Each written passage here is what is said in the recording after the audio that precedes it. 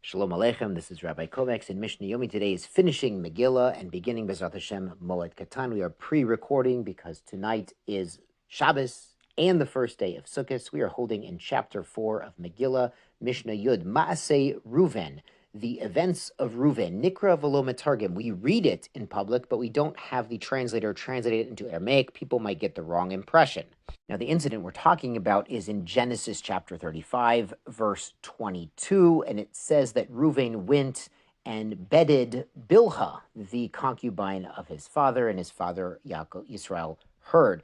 Now, the simple meaning of that is, of course, shocking and very bad, but really what's going on here, as the pasuk includes, V'yu v'nei Yaakov shnemasar, the sons of Yaakov were 12, meaning Reuven didn't do anything to be liable, a death penalty or excommunication, as you might have thought from the simple meaning of the verse. He did something very serious. What happened was, after Rachel passed away, Yaakov Avinu moved his bed, his primary place of residence, in with Bilhah, the concubine who Rachel had given him, instead of Leah, his first wife. This was offensive to Reuven. He felt that the honor of his mother Leah had been impinged, and he went and actually picked up his father's bed and moved the bed. There was no one in it at the time, but he moved the bed as a sign of his displeasure with what his father had done, and a child should never be involved in the intimate matters, the choices of his parents. It was completely unseemly, but it wasn't what the verse might make one assume with a simple reading, so that's why we don't translate it.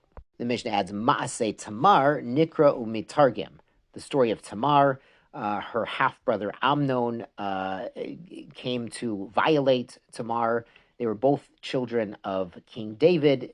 This we do read, even though it's very embarrassing. One of the interesting things is that Tamar was the daughter of a Eshes Yafes Tor, a non-Jewish woman who was married on the battlefield in one of those interesting battlefield conversions. So there are halachic opinions that since Tamar might have been the result of that, she wasn't technically, halachically related to Amnon, and they could theoretically have been married, as Tamar seems to imply during that exchange, even though they were, yes, both biologically children of King David. The Mishnah goes on, Maseh Egel Harishon, the first discussion of the Egel Zahav, the golden calf, Nikra umitargem. We read it and translate it for everyone to understand. It should be a kapara. We should avoid any hint of idolatry or letting other people come to idolatry. Hasheni, the second discussion between Moses and Aharon, Nikra umitargem. We read it, but we don't translate it into Aramaic. It seems embarrassing for Aharon and Cohen. It seems to blame him, even though he was really forced by the Eruv Rav, the mixed multitude that was really interested in Avodah Zarah, was threatening to kill him.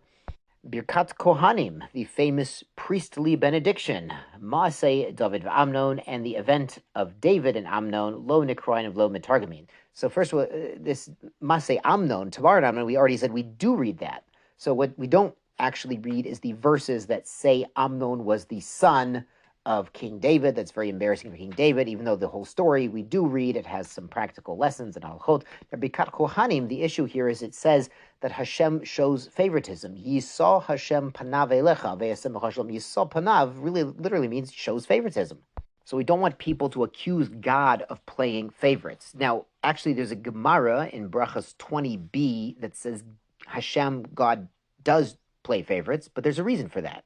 Now, the Talmud there in Brachot is discussing, do we bench, say, Birkata Mazon, the grace after meals, on an olives bulk, a kazayas, or a kibetza, an eggs bulk? It's the discussion there. And then the angels, we bring a story that the angels came to Hashem and they say, how is it, Hashem, in your Torah it says that you don't show any favorites, you don't take any bribes, but it also says by the priestly blessing, Yisah Hashem panav alecha v'esem shalom, that you do show favoritism. How could it be? So Hashem says, how can I not show favoritism to Am Yisrael? I wrote for them in the Torah, ve'achalta v'savato v'rachta, when you eat and you're full, you're satisfied, then you have to bless. Then you have to say the benching, the grace after meals.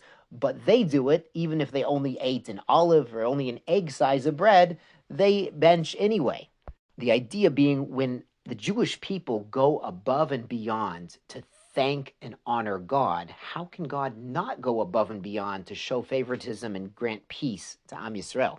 Now, Mishnah adds, Ein maftirin b'merkava. We don't have a haftarah of the Maaseh Merkava. Merkava means the chariots, and it's the famous vision of Ezekiel, Yechezkel. Chapter 1 of Yechezkel talks about him going up to heaven and seeing this sort of this outline of how heaven and the angels and the chariot works. So he says we don't do that. Rabbi Yehuda Matar. Rabbi Yehuda does allow doing that. The idea being there's a lot of Kabbalistic secrets and deep things going on, non-literal, esoteric chariots flying around.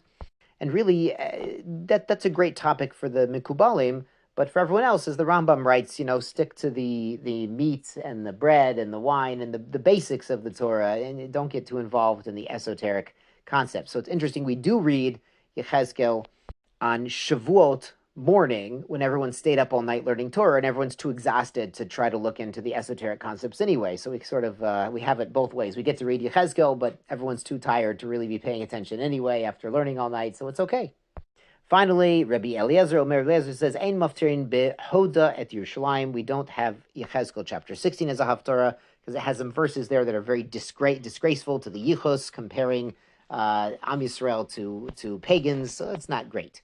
Mazel Tov, and on to chapter 1 of Moed Katan. Now, Moed Katan means small holiday, and it refers to the intermediate days, the middle days, between the first and last days of the holiday, which are an actual full-fledged Yom Tov. So we're going to have this coming week.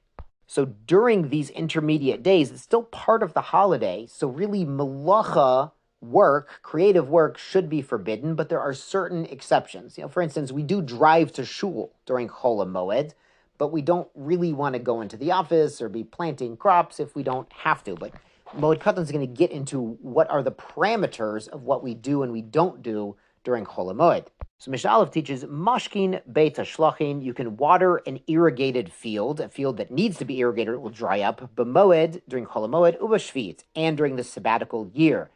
Now, it's forbidden to plant and to harvest commercially during the sabbatical year, but watering is only a rabbinical prohibition there, so if something would dry up or die, then it was allowed on Shvit.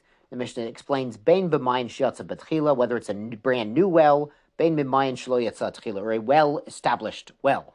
The danger by a new well being that the banks of the irrigation channels or the well might collapse and someone might grab the shovel and try to dig, and it's a tircha yesera. It's an extra exertion that we don't want to allow during Chol HaMoed, to balance the ability to do some level of agricultural work to avoid loss with the fact we don't want people doing too much work and getting carried away during Chol HaMoed and lose a whole day when they could have been taking the kids to the amusement park. The Mishnah continues, of Ein Mashkin, Lo Mimei Geshamim, we don't gather puddles of rainwater, that's a big schlep, Lo Mimei Akilon, or water from a deep well where you need to lower a bucket and it's a schlep to get it up. We want readily available water. Ve'ein osin ugiot l'gefanim, we don't make cookies. Ugiot in modern Hebrew is cookies. Cookie monster is ugi fletzit, a combination of ugi, cookie, and fletzit from mifletzit from monster. So ugiot they're in the shape of cookies, but these are actually irrigation ditches. So they would have sort of a indentation in the ground around the base of the vine. So you'd pour in water and the water would sit there and soak into the grapevine, but that involves a lot of digging, so we don't allow that in Chol HaMoed. Wonderful. Mazel Tov, good Shabbos, good Yom Tov, and be well.